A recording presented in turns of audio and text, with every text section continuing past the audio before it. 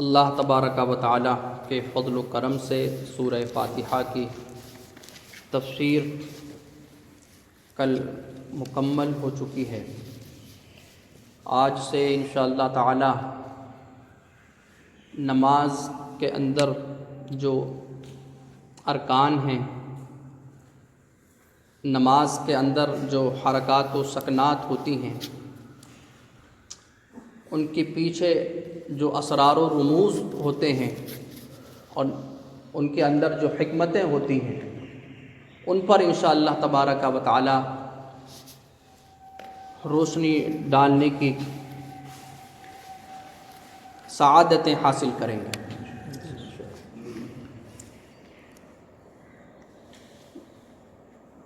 اسرار و رموز سے مراد یہ ہے کہ نماز کے اندر جو فرائض ہیں اور جو واجبات ہیں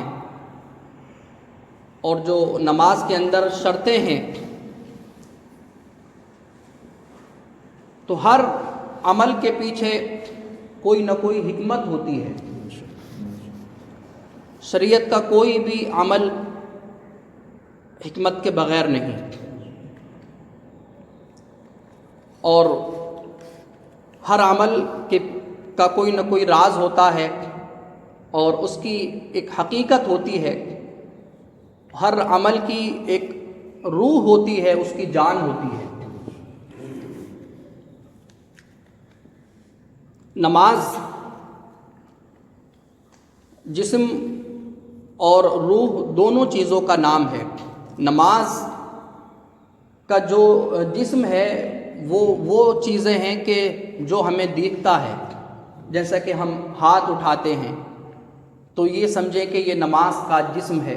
ہم قبلہ رو کھڑے ہوتے ہیں تو یہ ایک نماز کا جسم ہے جو دیکھ رہا ہے، اور نماز کے لیے وضو کرتے ہیں تو یہ نماز کا ایک جسم ہے۔ ہاتھ باندھ کر کے کھڑے ہوتے ہیں، رکوع ہے، سجود ہے، اور جو ہم پڑھ رہے ہیں تو یہ ساری چیزیں دیکھ رہی ہیں۔ یہ نماز کا ایک جسم ہے۔ جسم جو ہے جو ظاہر ہو، جس کو چھوا جا سکے، جس کو دیکھا جا سکے، تو اس کو جسم کہا جاتا ہے۔ اور پھر جو جان ہوتی ہے وہ جسم کے علاوہ ہوتی ہے، جو روح ہوتی ہے وہ جسم کے علاوہ ہوتی ہے۔ تو یہ سب جب نماز کا جسم ہے تو پھر نماز کی روح کیا ہے، نماز کی جان کیا ہے؟ تو انشاءاللہ تبارک و تعالی نماز کی جو روح ہے اور نماز کی جو جان ہے، جو چیزیں جان ہیں، ان چیزوں کو سیکھنے کی سعادتیں حاصل کریں گے۔ ہم اور آپ نماز کے جسم کو اچھے طریقے سے ادا کرنے کی کوشش کرتے ہیں۔ ہم ہاتھ اٹھاتے ہیں اور ہاتھ باندھتے بھی ہیں، پھر ہم قرات کرتے ہیں، رکوع میں جاتے ہیں، سجود ہے، قعدہ اخیرہ ہے، اور تشہد ہے، دیگر چیزیں ہیں، قومہ ہے، جلسہ ہے، تو تشہد ہے۔ ان تمام چیزوں کو ہم صحیح طریقے سے ادا کرتے ہیں، لیکن آپ یہ بھی اچھے طریقے سے سمجھ لیں کہ ان چیزوں کے پیچھے حقیقتیں بھی ہیں اور ان کے اندر حکمتیں بھی پوشیدہ ہیں۔ ہر عمل کی کوئی نہ کوئی حکمت ہے اور ان سارے اعمال کی کوئی نہ کوئی جان بھی ہے۔ اب وہ جان کیا ہے؟ تو وہ نماز کی جو جان ہے وہ توجہ الی اللہ ہے۔ اللہ کی پوری نماز میں اللہ کی جانب متوجہ رہنا، پوری نماز میں اللہ تبارک و تعالیٰ کی عظمت، اس کی شان، اس کے رفعت و بلندی، شان کی رفعت و بلندی کی جانب متوجہ رہنا، یہ نماز کی جان ہے۔ اب یہ چیز کس چیز سے حاصل ہوگی کہ ہماری پوری توجہ نماز کے اندر رہے اور ہماری توجہ، ہماری فکر، ہمارا ذہن کسی اور چیز کی طرف نہ جائے۔ یہ چیز کس چیز سے حاصل ہوگی؟ تو اس چیز پر روشنی ڈالنے کی کوشش کی جائے گی۔ تو انشاءاللہ تبارک و تعالی آج سے جو نماز کا جو لب لباب ہے، جو نماز کا مغز ہے، ایک چیز جسم ہوتی ہے لیکن ایک مغز ہے، اور مغز جو ہے وہ اہم ہوتا ہے۔ جسم بھی اسی وقت تک کارآمد ہوتا ہے کہ جب تک اس کے اندر مغز ہو، جسم بھی اسی وقت قابل اعتبار ہوتا ہے کہ جب تک اس کے اندر جان ہو، جان نکل جائے تو پھر جسم کا کوئی فائدہ نہیں ہوتا، اور اس کو قابل عزت اور قابل احترام اس کو اتنا نہیں سمجھا جاتا۔ جب تک روح ہے تب تک جسم قابل عزت و تکریم ہے اور وہ فائدہ اس سے اٹھایا جاتا ہے۔ تو ہم اس چیز کو سمجھ کر کے کہ نماز کی جان اور نماز کی روح یہ چیز ہے، اس کو بہت اہمیت کے ساتھ سیکھنے کی کوشش کریں گے تاکہ ہماری نماز جسم کے ساتھ ساتھ ہماری نماز کی روح بھی زندہ رہے اور ہماری نماز جو ہے وہ ایک جان کے ساتھ ادا ہو۔ ایسا نہ ہو کہ ہم صرف نماز کا جسم ہی ادا کرتے رہیں اور جو نماز کی روح ہے وہ روح جو ہے روح سے ہم غافل رہیں اور روح کی طرف ہماری توجہ نہ ہو۔ اور یہ بات ایسا نہیں کہ یہ جو میں نے آپ کے سامنے تقریر کی اور جو تمہید باندھی یہ صرف میری ذہن کی من گھڑت ہو اور یہ میری ذہن کی پیدا کردہ چیزیں ہوں، نہیں، یہ ایسا نہیں ہے، بلکہ یہ قرآن سے ثابت ہے، احادیث رسول صلی اللہ تعالی علیہ وسلم سے ثابت ہے۔ جگہ جگہ قرآن مجید کے اندر خشوع خضوع اور اطمینان کے ساتھ اور نہایت یکسوئی کے ساتھ نماز کو ادا کرنے کا حکم ہے۔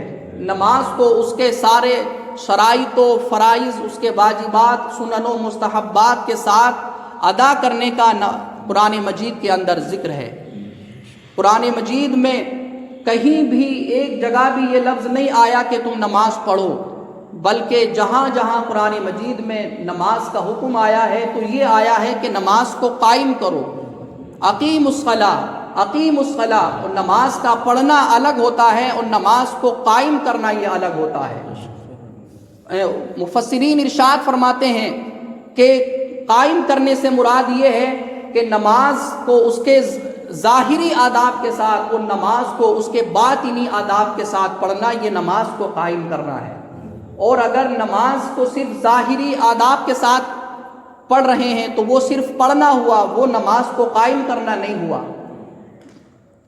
تو یہ قرآن سے ثابت ہے کہ نماز کے ظاہری آداب کے ساتھ اس کے ظاہری حقوق بھی ہم ادا کریں، اور جو نماز کے باطنی حقوق ہیں، جو نماز کے اندر جو باطنی چیزیں ہیں، ان باطنی چیزوں کو بھی ہم ادا کریں۔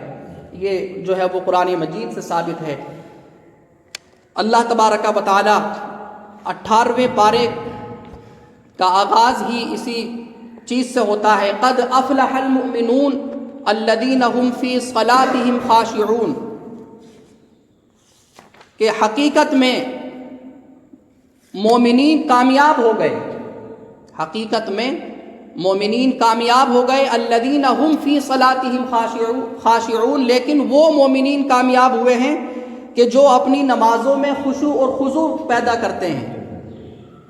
آپ خود جو ہے وہ یہ صرف اس کا ظاہری ترجمہ ہے، یہ نہیں کہ یہ میری تفسیر ہو، بلکہ یہ آیت کا ترجمہ ہے کہ قد افلح المؤمنون، ان مومنوں نے کامیابی پائی ہے، الذین هم، کے جو فی صلاتہم، اپنی نماز میں خاشعون، خشوع کے ساتھ، خضوع کے ساتھ، عاجزی انکساری کے ساتھ، باطنی امور کے لحاظ کے ساتھ جو کھڑے ہوتے ہیں، اللہ رب العزت کی عظمت و شان کی طرف توجہ کر کے جو کھڑے رہتے ہیں، جو دنیا سے لا تعلق ہو کر کے اور دنیا سے اپنے رشتے کو کاٹ کر کے جو اللہ کی بارگاہ میں حاضر ہوتے ہیں، کھڑے ہوتے ہیں، اور رکوع و سجود محض بس اللہ رب العزت کی عظمت و شان کو اپنی نظر میں رکھ کر کے جو رکوع و سجود کرتے ہیں، وہ مومنین کامیاب ہیں۔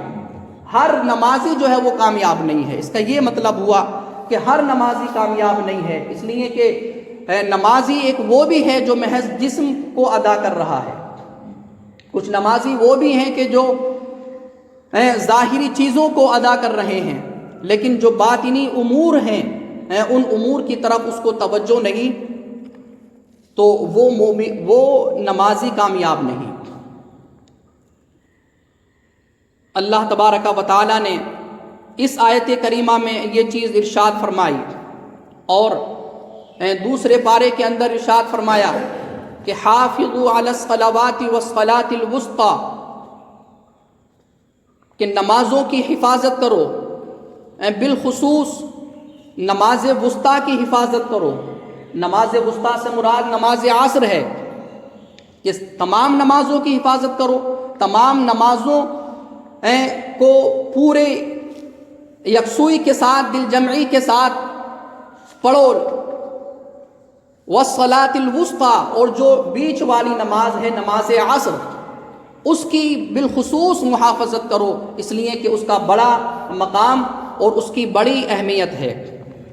آگے اللہ تبارک و تعالیٰ نے ارشاد فرمایا کہ وقوموا للہ قانتین، اور اللہ کے لیے نماز کے اندر باادب کھڑے رہو۔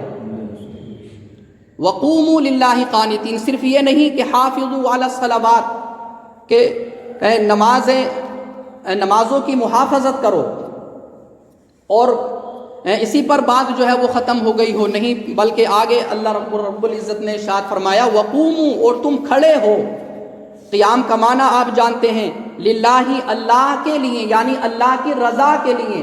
محض نماز میں جب تک ہم کھڑے ہوں اللہ کو خوش کرنے کے لیے کھڑے ہوں، اللہ تبارک و تعالیٰ کی رضا کو حاصل کرنے کے لیے کھڑے ہوں، کسی اور کا مقصد ہمارے ذہن میں اس وقت نہ ہو، کسی اور فائدہ کی طرف نظر ہماری نہ ہو، محض وقوموا للہ، بس اللہ کی رضا کے لیے، اللہ کی خوشنودی کے لیے، اللہ کے حکم کی تعمیل کے لیے نماز میں کھڑے رہو۔ اور کیسے؟ قانتین۔ قانتین کا معنی آتا ہے کہ اپنی نظروں کو ایک جگہ جمع کر کے اور اپنے اعضاء کے اندر سکون پیدا کر کے۔ تو اس چیز کا حکم قرآن مجید میں ہے کہ نماز کے اندر اعضاء میں جو ہے وہ حرکت نہ ہو، نظر میں جو ہے وہ انتشار نہ ہو، بلکہ نظر بھی ایک جگہ جمی ہو اور ہاتھ بھی نہایت، پیر بھی نہایت جو ہے وہ ایک مؤدب طریقے سے، ہر چیز ایک جو ہے وہ محکم طریقے سے جس طرح حکم ہے اس طرح کھڑے ہو۔ تو یہ چیز قرآن مجید سے ثابت ہے۔ تو انشاءاللہ تبارک و تعالی ہم اسی چیز کو سیکھنے کی اور سکھانے کی سعادتیں حاصل کریں گے۔ اللہ تبارک و تعالی ہمیں یہ سیکھنے کے اندر آسانیاں نصیب فرمائے۔ اللہ تبارک و تعالی ہمیں نماز کی روح بھی نصیب فرمائے۔ نماز کی روح آپ حضرات کو بتایا گیا کہ توجہ الی اللہ، اللہ کی جانب بس متوجہ رہنا، کسی اور کی طرف ذہن نہ ہو۔